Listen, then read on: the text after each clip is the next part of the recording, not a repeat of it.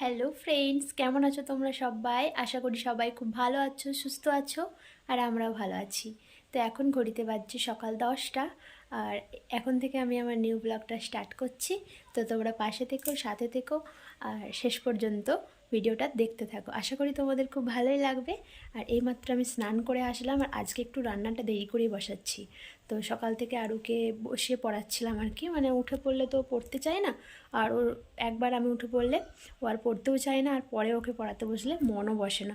তো সেই কারণে আমি ভাবলাম যে একেবারে ওকে পড়াটা হয়ে গেলেই তারপরে রান্না বসাবো, কারণ এখন তার কোনো তাড়াহুড়ো নেই সেই কারণে। তো ওই জন্য ওকে 9টা পর্যন্ত পড়িয়ে তারপরে ওকে খাইয়ে আমি স্নান করে আসলাম, আর এখন যাব রান্না বসাতে। তো চলো এখন রান্নাঘরে যাই। আর মা ভাতটা করে নিয়েছে, তো আমি শুধু তরকারিটা করব। আর স্নান করতে যাওয়ার আগে আমি সবজিটা কেটে রেখে গিয়েছিলাম। তো চলো এখন ঝটপট করে রান্নাটা করে নিই। তো রান্নাঘরে চলেও এসেছি, আর এদিকে রান্নাও বসিয়ে দিয়েছি। আর এই শীতকালের দিকে সকাল সকাল স্নান করে এই উনুনের সামনে বসে রান্না করতে মানে খুব ভালো লাগে, যেটা গরমকালে একেবারেই ভালো লাগে না। তো শীতকালে ওই জন্য আমি বেশিরভাগ দিনই সকালবেলায় স্নানটা করে নিই, তারপরে রান্নাটা বসাই। আর গরমকালে ওটা উল্টো হয়ে যায়।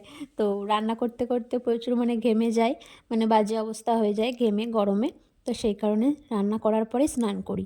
আর এই শীতকালের দিকটায় বেশিরভাগ দিনটাই সকালবেলায় স্নানটা করে নিই। আর উনুনে রান্না করলে কি হয় বলো তো, রান্নাটা তাড়াতাড়ি হয়ে যায় আর রান্নার স্বাদটাও খুব ভালো হয়। কিন্তু একটাই প্রবলেম, সেটা হলো ধোঁয়া। মানে উনুন একবার নিভিয়ে গেলে মানে জ্বালতে খুব মানে প্রবলেম হয়, আর এত ধোঁয়া হয়ে যায় ওটাতেই বিরক্তিকর লাগে, যেটা আমার আগে একদমই ভালো লাগতো না, কিন্তু এখন এটা করে করে অভ্যাস হয়ে গেছে, আর এখন ভালোই লাগে। তো আমি রান্না করছিলাম, আর সেই সময় দেখো আরু এসেছে, আর ও বাইরে খেলা করছিল, কিন্তু তখনই খেলতে খেলতে কোথাও একটা হাতে লাগিয়ে নিয়েছে আর ব্যথা পেয়েছে। ওই জন্য আমার কাছে এসেছে, বলে মা ওষুধ লাগিয়ে দেবে চলো।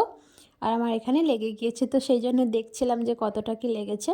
তো খুব একটা লাগেনি, ও একটু ঘষা হয়ে গেছে আর কি। তো ওইদিকে রান্নাবান্নাও কমপ্লিট, আর বাসন টাসনও সব ধোয়া হয়ে গেছে, আর আরুকে স্নান করানো হয়ে গেছে। আরুকে একটু পরে খাওয়াবো। আর এখন চলে এসেছি দেখো আমাদের সামনের মানে মাঠে, ওখানে যে বাগান রয়েছে ওখানে। তো দেখছি কেমন কি গাছ বেরিয়েছে, মানে মা দেখছিল, আমিও তার সাথে দেখছি আর কি। তো গাছগুলো ভালোই বেরিয়ে গেছে, কারণ বৃষ্টি হয়েছিল তো সেই কারণে। তো প্রচুর ঘাসও বেরিয়েছে তার সাথে সাথে। আর এইদিকে হয়েছে দেখো ধনেপাতা গাছগুলো, তো ওগুলো বেশ ভালোই বেরিয়ে গেছে, মানে সমস্ত গাছের তুলনায় ওটা একটু বেশি ভালো হয়েছে। আর ওইদিকে দেখো গাছে লঙ্কা হয়ে গেছে, তোলাই হয়নি, পেকেও যাচ্ছে। মা এখন বাগানের এই গাছের গোড়ায় গোড়ায় যে ঘাসগুলো হয়েছে সেগুলো এখন তুলে দিচ্ছে, যাতে গাছগুলো খুব ভালোভাবে হয়। তো এই কয়েকটা সবজি গাছই আমাদের বাগানে হয়েছে আপাতত। আর গাছে তো পেঁপের শেষ নেই, মানে সারা বাগানটাতে 10-12টা পেঁপে গাছ আছে, আর প্রত্যেকটা পেঁপে গাছে দেখো খুব বড় বড় পেঁপে হয়েছে। আর তারপর সবাই মিলে খাওয়া দাওয়া করে শুয়ে পড়েছিলাম একটু। আর বিকেলের দিকে দেখো আমাদের এই গরুটার বাছুর হয়েছে, তো সেটাই এখন দেখো বাছুরটাকে মানে খাইয়ে দিচ্ছে। মানে ওখানে খেতে পারছে না নিজে নিজে, সেই কারণে মানে ছোট তো খুব, তাই। আর এদিকে বাবা গরুটাকে খেতে দিয়েছে, গরুটা এদিকে খাচ্ছে। আর আরু তো বাছুরটা দেখে খুবই খুশি হয়েছে। তো অনেক দিন ধরেই বলছিল মা কবে বাছুর হবে, কবে বাছুর হবে, তো ফাইনালি আজ হলো। আজকের যে গরুর দুধটা ওটা ওই বাচ্চা গরুটাকে মানে বাছুরটাকে বেশি খাওয়ানো চলে না, তার কারণ ও তো মানে ছোট, আর সহ্য করতে পারবে না, মানে হজম করতে পারবে না আর কি খেয়ে।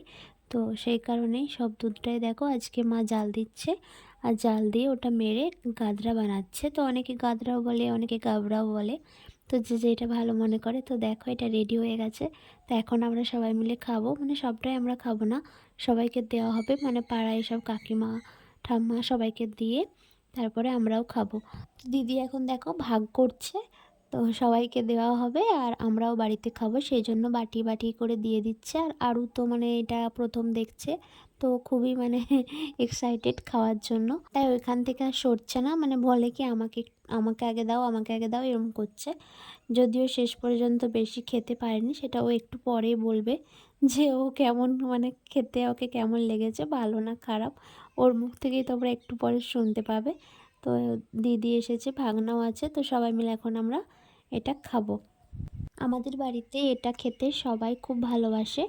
তো আজকে মনে হয় আর রাতে কিছু খাবো না, তো এটা খেলে মানে এটা অনেকক্ষণ মানে পেট ভর্তি থাকে আর কি, সেই কারণে। ভালো সোনাই, সোনাই ভালো খেতে, ভালো নয় ভালো লাগছে না? হ্যাঁ আচ্ছা একটু খাও একটু খাও। বলছিলে কি বলছিলে বাটু বল? কি নাম বললো? গাবড়া ভাজা।